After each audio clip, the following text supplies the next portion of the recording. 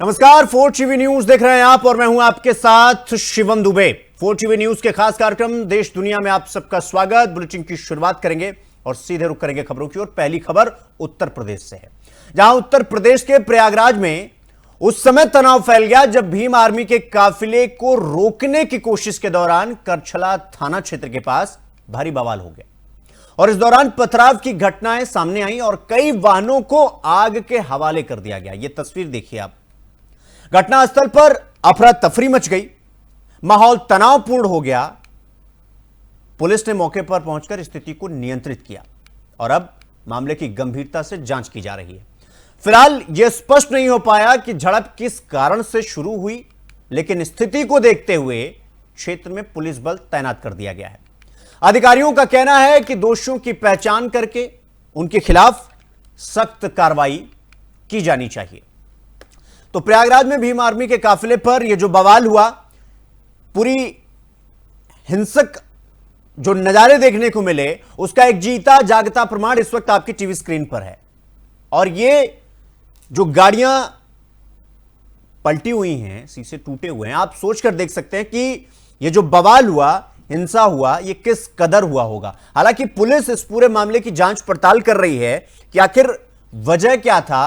गिरफ्तारी भी एक तरफ चल रही है, लगातार धरपकड़ चल रहा है, क्योंकि प्रयागराज में इस तरह की घटनाएं आमतौर पर देखने को नहीं मिलती हैं।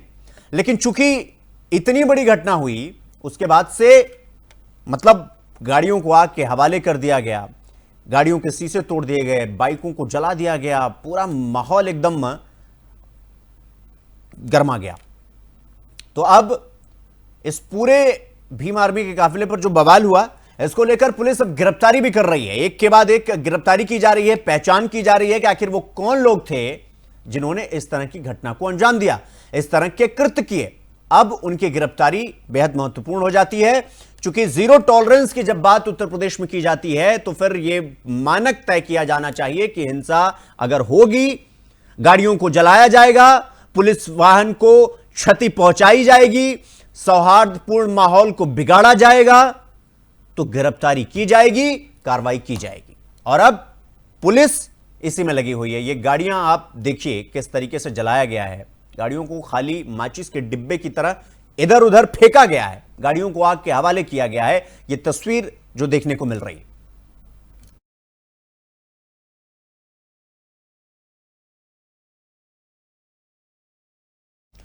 रुक करेंगे अगली खबर की ओर। आरजेडी नेता तेजस्वी यादव के बयान पर भाजपा नेता सुधांशु त्रिवेदी ने बयान दिया है। सुधांशु त्रिवेदी राज्यसभा सांसद हैं, पार्टी के प्रवक्ता हैं और बड़े विद्वान प्रवक्ता हैं। और उन्होंने ये कहा कि बहुत दुख की बात है कि पटना के उसी गांधी मैदान में जहां जब इमरजेंसी लागू हुआ था, यानी आपातकाल लगा था, उस दौरान संविधान की रक्षा और सम्मान के लिए जान की परवाह किए बिना लाखों लोग एकत्रित हुए थे। लेकिन वहीं अब एक ऐसी रैली हुई जहां इंडी गठबंधन के बिहार के नेता तेजस्वी यादव ने यह कहा है कि हम संसद से पारित एक कानून को कूड़ेदान में फेंक देंगे। यह बहुत गंभीर विषय है। उन्होंने वक्फ बोर्ड के कानून को लेकर ऐसा कहा। इसका अर्थ यह हुआ कि न संसद का सम्मान है, न न्यायपालिका का सम्मान। वोट बैंक की चाहत में जो कुछ भी तेजस्वी यादव और इंडी गठबंधन के नेताओं के द्वारा बोला गया, उससे यह साफ है कि वो संविधान को कूड़ेदान में फेंकने की 50 साल पुरानी मानसिकता से बाहर नहीं आ पा रहे। तो आपको सुनवाते हैं सुधांशु त्रिवेदी ने क्या कुछ कहा। मित्रों, अभी हाल ही में हमने भारत के लोकतांत्रिक इतिहास के सबसे दुर्दांत काले अध्याय आपातकाल के 50 वर्ष पूर्ण किए हैं। परंतु बहुत दुख की बात है कि कल पटना के उसी गांधी मैदान में जहां आपातकाल के दौरान संविधान की रक्षा और संविधान के सम्मान के लिए जान की परवाह किए बगैर लाखों लोग एकत्र हुए थे, वहां एक ऐसी रैली हुई जिसके की बारे में इंडी गठबंधन के बिहार के नेता तेजस्वी यादव ने कहा कि हम संसद से पारित एक कानून को कूड़ेदान में फेंक देंगे। यह बहुत गंभीर विषय है। उन्होंने वक्फ बोर्ड के कानून के लिए कहा कि हम इसको कूड़ेदान में फेंक देंगे, जबकि वो भारत की संसद के दोनों सदनों से पारित है, कोर्ट में विचाराधीन है। एक नहीं आधा दर्जन हाई कोर्ट के जजमेंट बहुत स्पष्ट रूप से इलाहाबाद हाई कोर्ट और कलकत्ता हाई कोर्ट के जजमेंट उनके पक्ष में है। इसका अर्थ यह हुआ कि न संसद का सम्मान न न्यायपालिका का सम्मान, वोट बैंक की चाहत में जो कुछ बोला गया है तेजस्वी यादव और इंडी गठबंधन के अन्य नेताओं के द्वारा, उससे साफ है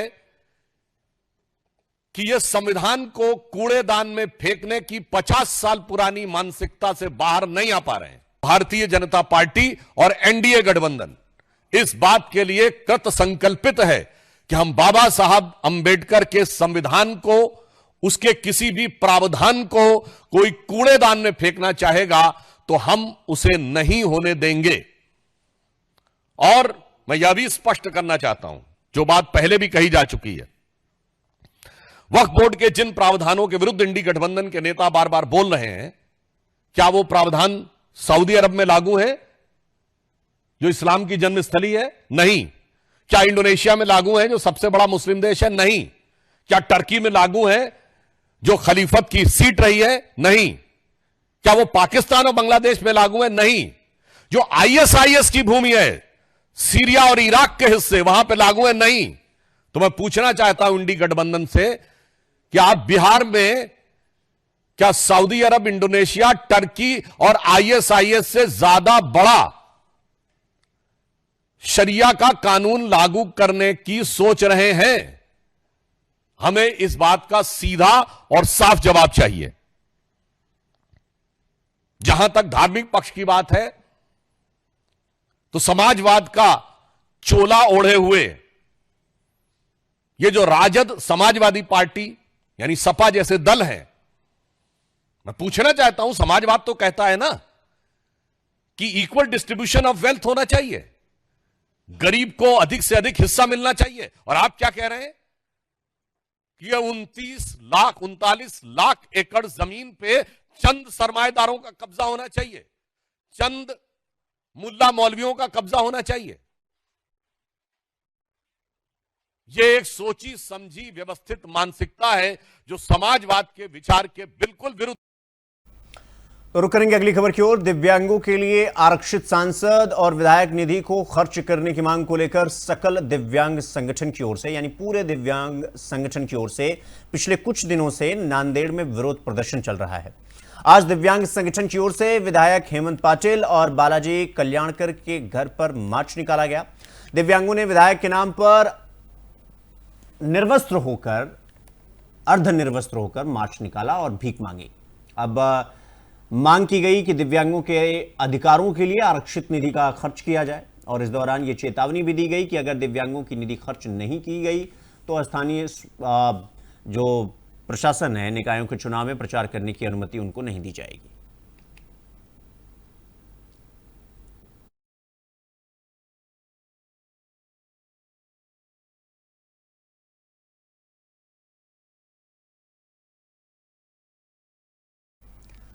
अगली खबर महाराष्ट्र से है, जहां रत्नागिरी जिले के संगमेश्वर तालुका में तेंदुओं की दहशत फैल गई है और धामनी ब्राह्मणवाड़ी इलाके में एक तेंदुआ खुलेआम घूमता हुआ सीसीटीवी कैमरे में कैद हुआ है। आपको बता दें कि मैत्री कॉम्प्लेक्स में रहने वाले प्रभाकर घानेकर की पालतू बिल्ली पर तेंदुए ने हमला किया और उसे जंगल की ओर ले गया। जब बिल्ली घर में नहीं मिली तब सीसीटीवी फुटेज खंगालने पर पूरी घटना का खुलासा हुआ। गांव के लोगों में डर का माहौल है और वन विभाग से तुरंत पिंजरा लगाने की मांग की जा रही है। स्थानीय लोग चाहते हैं कि वो तेंदुए को सुरक्षित तरीके से पकड़ा जाए ताकि गांव में बच्चों और बुजुर्गों की सुरक्षा सुनिश्चित हो सके।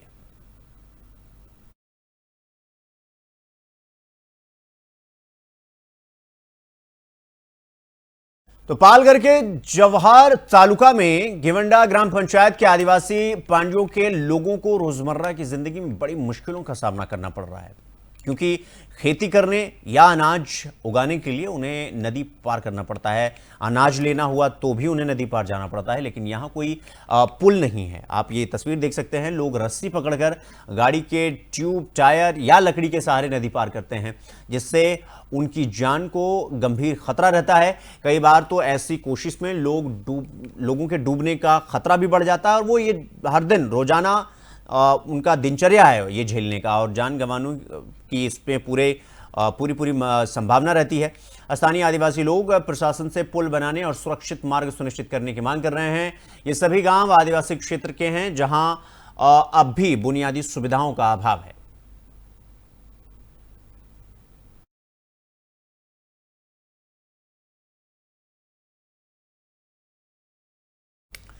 तो आज अलीबाग स्थित रायगढ़ पुलिस अधीक्षक कार्यालय में सोशल मीडिया लैब का उद्घाटन किया गया। इस लैब का उद्घाटन कोंकण क्षेत्र के पुलिस महानिरीक्षक संजय दरांडे ने किया। इस नई लैब का मुख्य काम सोशल मीडिया प्लेटफॉर्म पर भड़काऊ और आपत्तिजनक पोस्ट पर कड़ी नजर रखना होगा। रायगढ़ पुलिस अधीक्षक आंचल दलाल और पुलिस उपाधीक्षक अभिजीत शिवतारे भी इस मौके पर मौजूद थे। ये लैब सोशल मीडिया पर फैलाई जा रही गलत सूचनाओं और अफवाहों को रोकने में महत्वपूर्ण भूमिका निभाएगी। पुलिस प्रशासन का ये कदम क्षेत्र में शांति और व्यवस्था बनाए रखने की दिशा में एक महत्वपूर्ण पहल माना जा रहा है।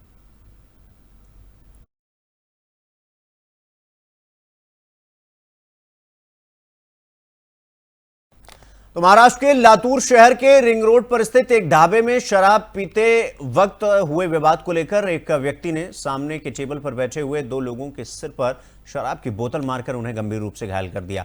कल देर रात 9 बजने के करीब यह घटना जब लातूर शहर के रिंग रोड पर स्थित 8वन इस ढाबे में आमने सामने की टेबल पर 4 लोग बैठे थे, और इसी दौरान बड़े आवाज में बात करने को लेकर इंदौर टेबल पर बैठे हुए 4 व्यक्तियों के बीच विवाद हुआ, जिसके चलते शराब के नशे में धुत गुस्साए आरोपियों ने शहर के कोंडेव में रहने वाले दीपक सूर्यवंशी और खनी में रहने वाले संगमेश्वर कालगे, इन 2 युवकों पर शराब की बोतल से हमला करना शुरू कर दिया और इस हमले में ये दोनों युवक गंभीर रूप से घायल हो गए, जिन पर लातूर शहर के निजी अस्पताल में इलाज जारी है। और इस मारपीट का वीडियो भी सोशल मीडिया पर अब तेजी से वायरल हो रहा है।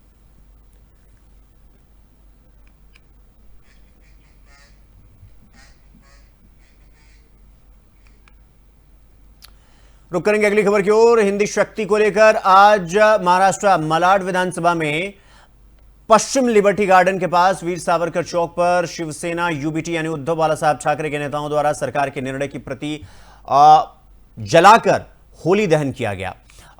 मराठी माणूस की ताकत दिखाकर यहां आंदोलन किया गया और प्रशासन की प्रतियां जलाकर शक्ति से हिंदी भाषा को बच्चों पर थोपने का विरोध किया गया। इस मौके पर शिवसेना उद्धव बालासाहेब ठाकरे के संतोष राणे, विभाग प्रमुख मालाड कांदिवली विधानसभा के अशोक पटेल, विभाग सचिव मालाड कैलाश रामदास कड़से, विधानसभा प्रमुख मालाड सहित तमाम सैकड़ों कार्यकर्ता हाथ में मराठी भाषा का पोस्टर लेकर हिंदी भाषा का विरोध करते हुए नजर आ रहे हैं।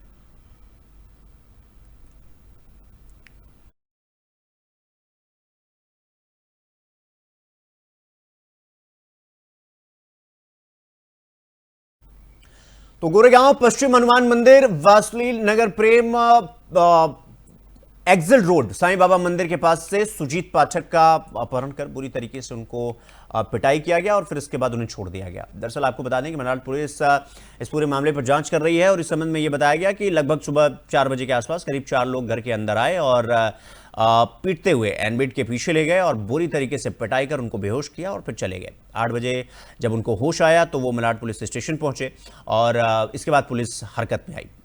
उनको इलाज के लिए शताब्दी अस्पताल ले जाया गया, जहां सीसीटीवी कैमरे के आधार पर आरोपियों की तलाश भी पुलिस लगातार कर रही है।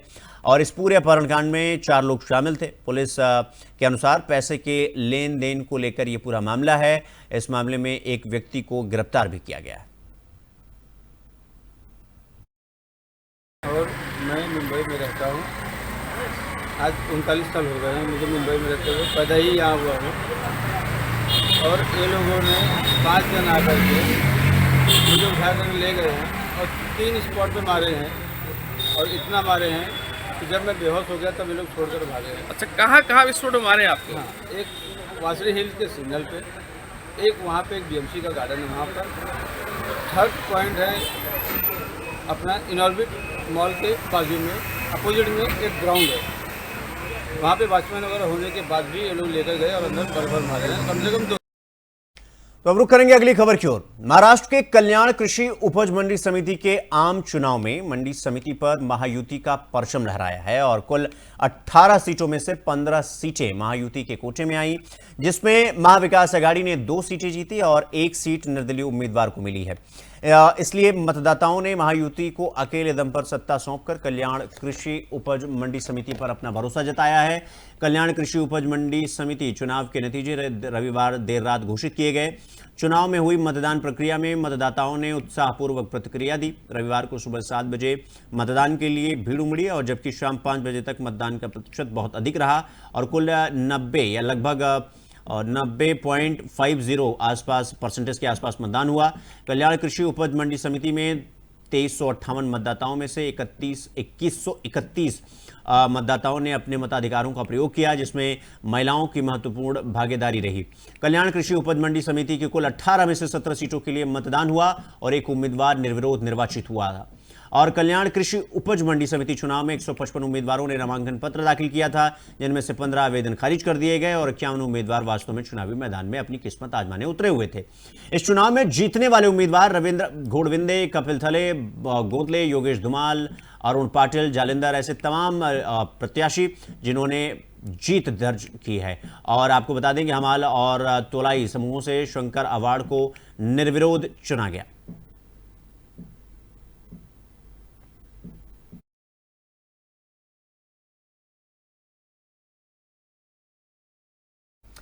तो वहीं राहुरी पुलिस और अहिल्यानगर पुलिस ने नकली नोट के बड़े रैकेट का भंडाफोड़ करते हुए 3 शातिर आरोपियों को गिरफ्तार किया है। इस कार्रवाई में करीब 70 लाख रुपए का माल और नकली नोट छापने का पूरा संपूर्ण साहित्य जब्त किया है।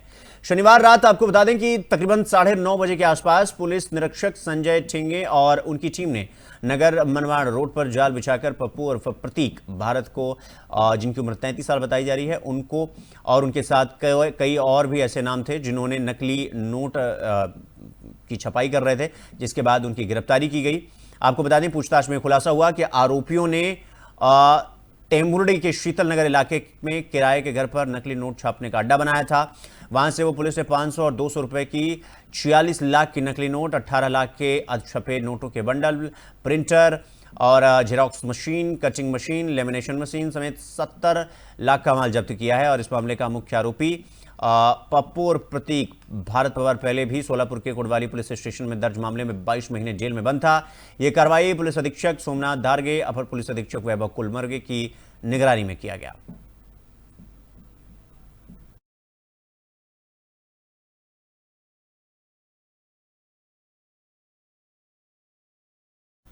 तो दिल्ली में केंद्रीय गृह मंत्री और सहकारिता मंत्री अमित शाह ने अंतर्राष्ट्रीय सहकारिता वर्ष 2025 के अवसर पर एक मंथन बैठक की अध्यक्षता की। इस बैठक में देश के सभी राज्यों और केंद्र शासित प्रदेशों के सहकारिता मंत्री शामिल हुए। बैठक का उद्देश्य सहकारिता क्षेत्र को और सशक्त बनाना और वर्ष 2025 में सहकारिता को बढ़ावा देना है। अमित शाह ने इस दौरान सहकारिता के महत्व पर जोर दिया और भविष्य के लिए योजनाओं पर चर्चा की।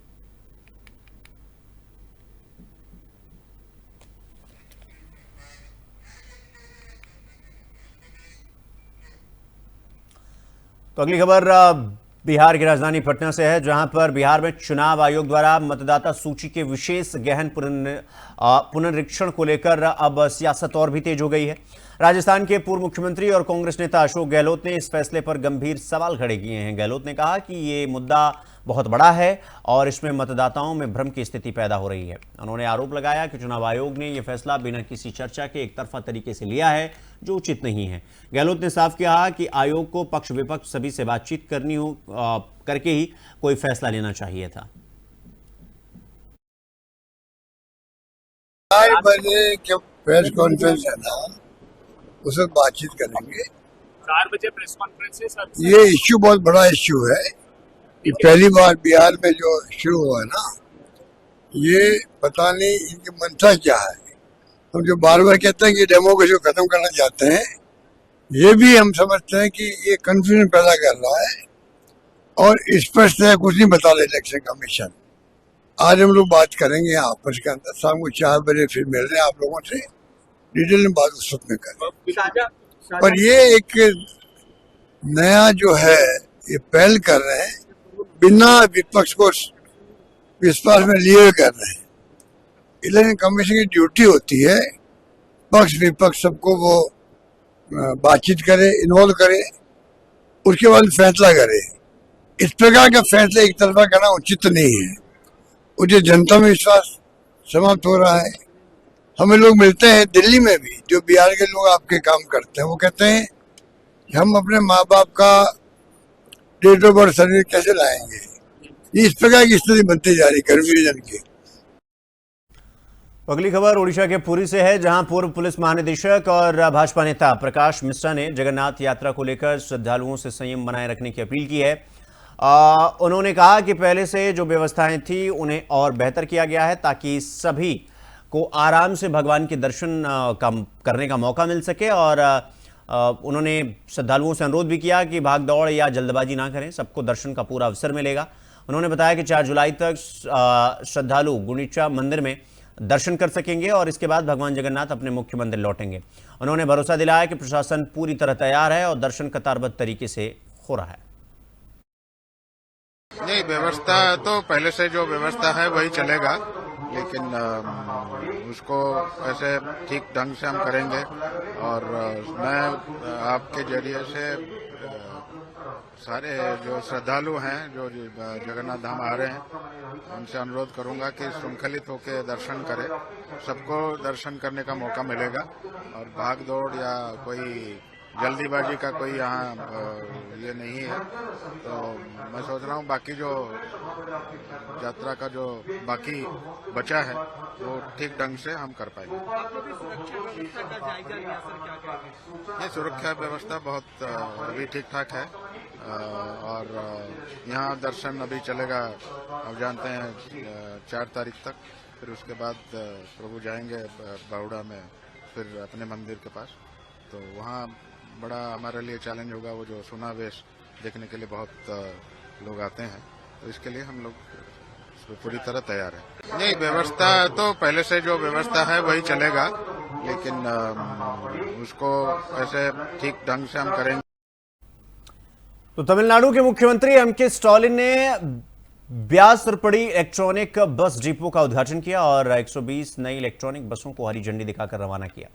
इस पहल का मकसद शहर में पर्यावरण के अनुकूल और आधुनिक सार्वजनिक परिवहन को बढ़ावा देना है। मुख्यमंत्री ने कहा कि इलेक्ट्रिक बसों के जरिए प्रदूषण को कम करने में मदद मिलेगी और लोगों को बेहतर सफर का अनुभव मिलेगा। सरकार का लक्ष्य आने वाले समय में और भी ज्यादा इलेक्ट्रॉनिक बसों को सड़क पर उतारना है ताकि शहर की हवा साफ रहे और यातायात सुगम बना रहे।